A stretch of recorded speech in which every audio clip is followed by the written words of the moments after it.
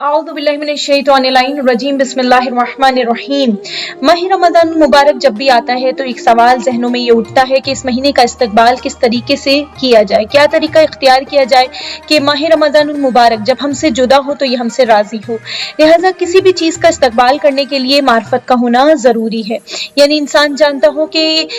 इस चीज़ का मकाम क्या है, इसकी अजमत क्या है, ताकि इंसान उसके मुताबिक यानी उसकी शान के मुताबिक उसका इस्तकबाल करे। लिहाजा अगर हम चाहते हैं कि उसका इस्तकबाल यानी माह रमज़ान मुबारक का इस्तकबाल करें तो उसकी शान के मुताबिक उसका इस्तकबाल हमें करना चाहिए। पहली अजमत तो अगर हम देखें माह रमज़ान मुबारक की कि ये वो महीना है कि जिस महीने का इंतखाब खुदावंद मुताल ने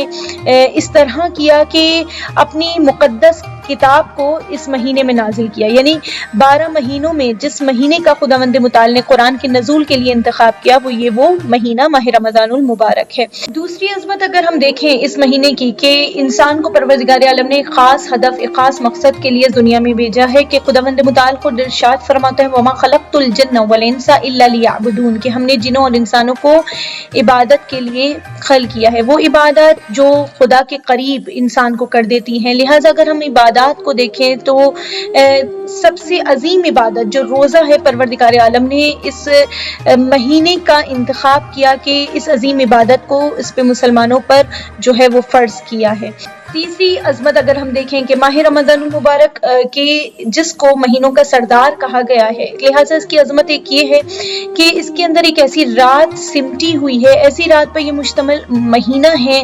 कि जिससे लैलतुल क़द्र कहा जाता है कि जो 1000 महीनों से अफजल है। लैलतुल क़द्र खैरुम मिन अल्फ़ि शहर। और इस माह रमज़ान मुबारक की अजमत का अंदाज़ा भी हम इस बात से लगा सकते हैं कि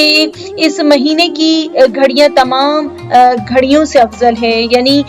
तमाम सातों से अफजल है, इसके तमाम दिन तमाम दिनों से अफजल, इसकी तमाम रातें तमाम रातों से अफजल है, इसके लहजात तमाम लहजात से अफजल है, इसके औकात तमाम औकात से अफजल हैं। और इसके औकात में खुदावंद मुताल ने ऐसी बरकत दी है कि इसमें जो है परवरदिगार आलम तमाम भलाइयों को और तमाम नेकियों को कई गुना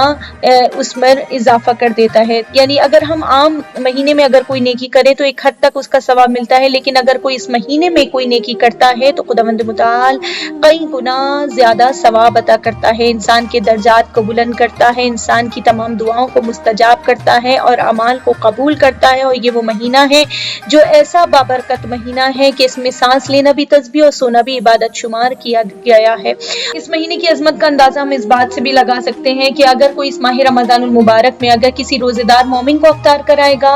तो खुदा के नजदीक एक गुलाम आजाद करने के बराबर उसको सवाब मिलता है और उसके गुनाह जो है गुज़िश्ता गुनाह जो है बख्श दिए जाते हैं। और चाहे वो अफ्तार एक खजूर का दाना और एक घूंट पानी ही से ही क्यों ना कराई जाए। लिहाजा जो शख्स इस महीने में अपने अखलाक को बेहतर बनाएगा तो वो उस दिन पुले सुराज से बासानी गुजरेगा जिस दिन लोगों के कदम लड़खड़ा रहे होंगे। और जो इस महीने में यतीम का एहतराम करेगा, रोज़ क़यामत खुदावंद मुताल कह रहा है कि मैं उसका एहतराम करूंगा। और जो इस महीने में सिला रहमी करेगा, खुदावंद मुताल क़यामत के दिन अपनी रहमत से उसको मुतस्सल कर देगा। और जो शख्स इस महीने में क़ता रहमी करेगा, खुदा कहता है कि क़यामत के रोज मैं उससे क़ता रहमी करूंगा। और जो भी इस महीने में एक मर्तबा कुरान की तिलावत करेगा, यानी एक आयत कुरान की तिलावत करेगा, तो गोया ऐसा है जैसे उसने दूसरे महीने में पूरा कुरान खत्म किया हो। और जो इस महीने में रसूलुल्लाह सल्लल्लाहु अलैहि वसल्लम पर दुरूद व सलाम भेजेगा तो उसका अमाल यानी नामा अमाल जो है वो वजनी होगा, क्योंकि नामा अमाल को वजनी करने के लिए सबसे बेहतरीन चीज मोहम्मद व आले मोहम्मद पर सलावात है। लिहाजा मौला कायनात अमीरुल मोमिनीन अली इब्न अबी तालिब अलैहिस्सलाम रसूलुल्लाह सल्लल्लाहु अलैहि वसल्लम से सवाल करते हैं कि या रसूलल्लाह, इस महीने में सबसे अफजल तरीन अमल कौन सा है? तो आप सल्लल्लाहु अलैहि वसल्लम इरशाद फरमाते हैं कि इस महीने का बेहतरीन और अफजल तरीन अमल तकवा और परहेजगारी है और मुहर्रमात से बचना है। इतना बाअज़मत महीना खुदावंद मुताल ने हमें अता किया है, तो क्यों ना हम इस महीने से भरपूर फ़ायदा उठाएं और अपने दिलों को